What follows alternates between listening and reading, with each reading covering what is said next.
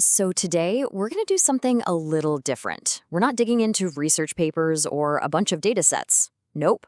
We're actually stepping right into the life of a modern parent through her own personal diary. And we're going to uncover the raw, unfiltered, emotional rhythm of her day-to-day. And boom, this one sentence just gets right to the heart of everything, doesn't it? It's a feeling that just hits so close to home for so many people. This weird paradox of being constantly busy, doing endless work, but having nothing to show for it. This is the exact tension we're going to explore. Okay, so let's set the scene a little bit. Our guide on this journey is a mother living in Australia, and she's navigating that beautiful, chaotic world of raising her 3-year-old daughter. And her daily diary entries, they paint an unbelievably vivid picture of what her life is really like. And get this, she's doing all of this in some seriously extreme heat. I mean, one night she writes that it's still 35 degrees Celsius at 9 p.m. That's not just some minor detail in the background. This constant, relentless Australian heat just adds another layer of physical and mental exhaustion to absolutely everything. You know, as you read her thoughts, you realize she's tapping into a universal truth about being a parent. The days are just this whirlwind of tidying up Christmas decorations way too late, doing laundry, cleaning, but that real, tangible sense of accomplishment, man, it often feels just completely out of reach. And that feeling, it leads us right into one of the biggest themes in her diary, that constant, sometimes desperate search for personal time. You know, just a single moment to catch her breath and just be herself. And you can just feel the gap between her plan and the reality. It's almost comical. She wants to read this challenging sci-fi novel, but she just can't focus. She plans to write in her journal, but of course, that's the exact moment a tantrum erupts. Even the small win of having a quiet coffee only happens by pure chance, when her daughter just randomly falls asleep in the middle of a mall. And this is where the honesty of her diary just really hits home. She talks about forcibly creating her own time by using screens. It's such a candid look at the kind of trade-offs that parents have to make every single day. You're balancing that feeling of guilt with the absolute necessity of having some personal space just to stay sane. So me time isn't something you schedule, it's something you have to seize. You grab it where you can find it. It's in those quiet moments before dawn, or during a toddler nap that goes on for a shockingly long time. Or maybe it's when her husband takes their daughter to the park and she finally gets a chance to do a little online shopping for herself. So now let's turn to the source of all this beautiful chaos, her energetic, unpredictable, and completely captivating 3-year-old daughter.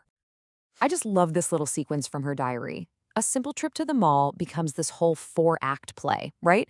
It kicks off with refusal, then it moves into high-stakes negotiation. Okay, I'll buy you modeling clay, which then takes a detour into the toy aisle, and it all ends with an abrupt nap right in the middle of the store. Does any of this sound familiar? And really, this kind of thing becomes the currency of her day-to-day life. She's using a banana to lure her daughter away from a kindergarten orientation. She's promising TV time after dinner just to get her to eat her carrots. It's this constant creative dance of persuasion and negotiation. And that dance, it's happening across this incredibly wild emotional spectrum. One minute you've got tantrums and arguments, but literally the next minute there's just pure, overwhelming adoration. The diary is just filled with these lightning-fast emotional shifts. And this moment right here is just the perfect example of that adoration side. In the middle of a shopping trip, right after a little disagreement, her daughter just falls asleep mid-bite, and in that moment, all that frustration just melts away, and it's nothing but pure sweetness. Speaking of sleep, what do you think this number represents? Well, this was the length of her daughter's nap one Sunday afternoon. 3 hours.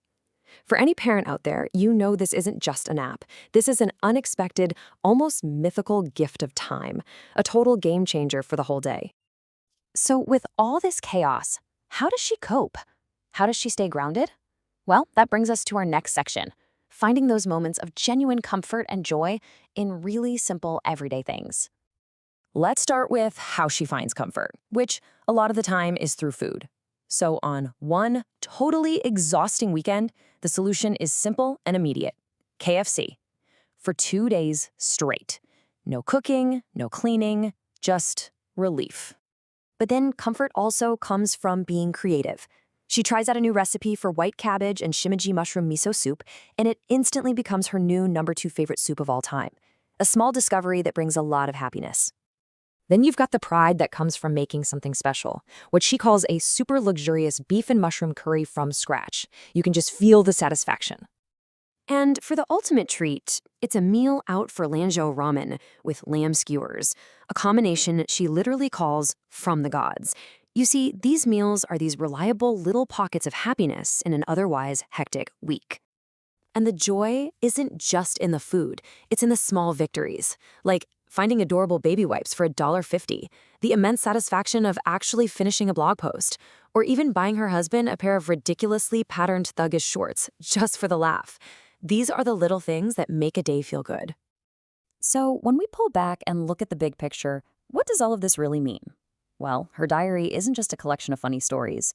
It's a real-time log of the constant, universal balancing act that is parenthood.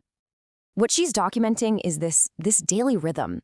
It's a cycle of frustration followed by guilt, which then gets interrupted by a totally unexpected moment of joy. That joy is fueled by this deep, deep love, and all of it is held up by a profound sense of exhaustion. It's a deeply personal story, sure, but it reflects a much broader, often unspoken reality for parents everywhere. And then you wake up the next day and you do it all over again. And at the end of so many of her entries, she writes this simple, powerful refrain. Not, I did everything or I was a perfect mom, but simply, today I did my best.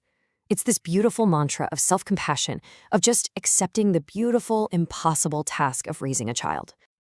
This mother's diary, it really holds up a mirror to the lives of so many of us. And it leaves us with a question to think about. In the middle of the beautiful chaos of your own life, what are those small things, the comfort foods, the tiny little victories? Where do you find your joy?